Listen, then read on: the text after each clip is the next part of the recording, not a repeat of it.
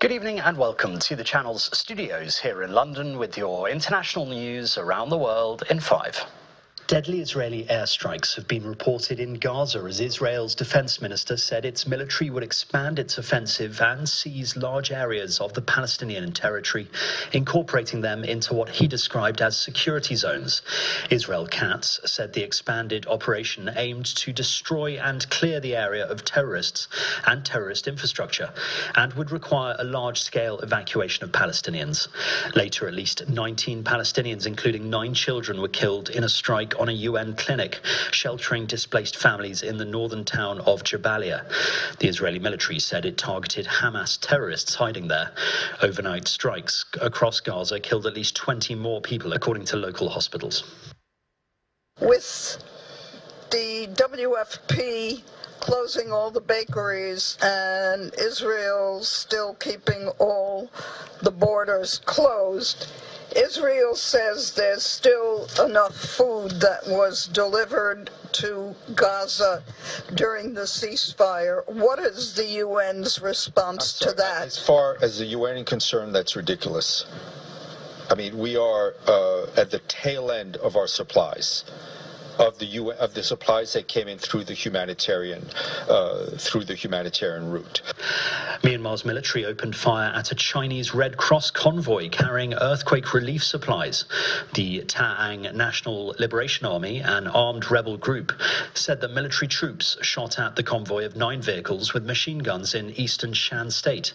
The convoy was en route to the hard-hit city near the epicenter of the magnitude 7.7 earthquake that struck last Friday.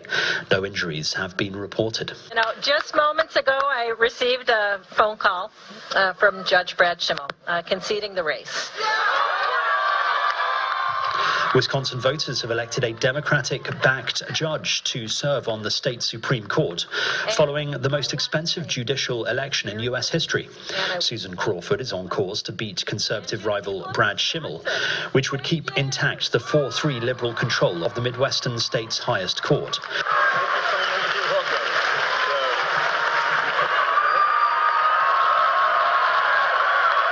President Donald Trump's billionaire advisor Elon Musk was a prominent fundraiser in the campaign and was the subject of Democratic attack ads.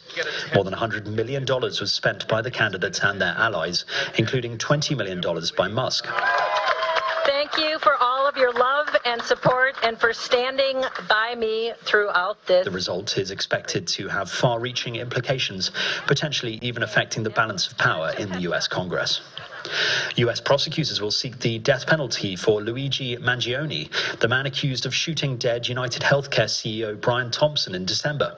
Attorney General Pam Bondi said in a statement on Tuesday that she had directed federal prosecutors to seek capital punishment for the premeditated, cold-blooded assassination.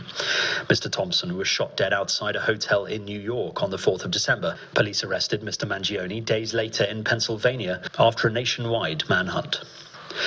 Real Madrid manager Carlo Ancelotti has said he never thought about committing fraud as he testified in court in Spain over tax evasion charges. The former Chelsea and Everton boss is accused of failing to pay €1 million in tax on his Real Madrid salary during his first spell in charge from 2013 to 2015. Mr. Ancelotti began his second stint at Real in 2021. Prosecutors are seeking a prison term of 4 years, 9 months and a fine of €3.2 million. The Italian is accused of paying tax only on his Real Madrid salary and omitting income from image rights on his tax returns. And the actor Val Kilmer, who starred in some of the biggest movies in the 1980s and 90s, including Top Gun and Batman Forever, has died at the age of 65. He also appeared in 1991's The Doors, playing the legendary band's frontman Jim Morrison, plus the western tombstone and crime drama Heat. His daughter, Mercedes, told U.S. media that Kilmer died of pneumonia on Tuesday in Los Angeles.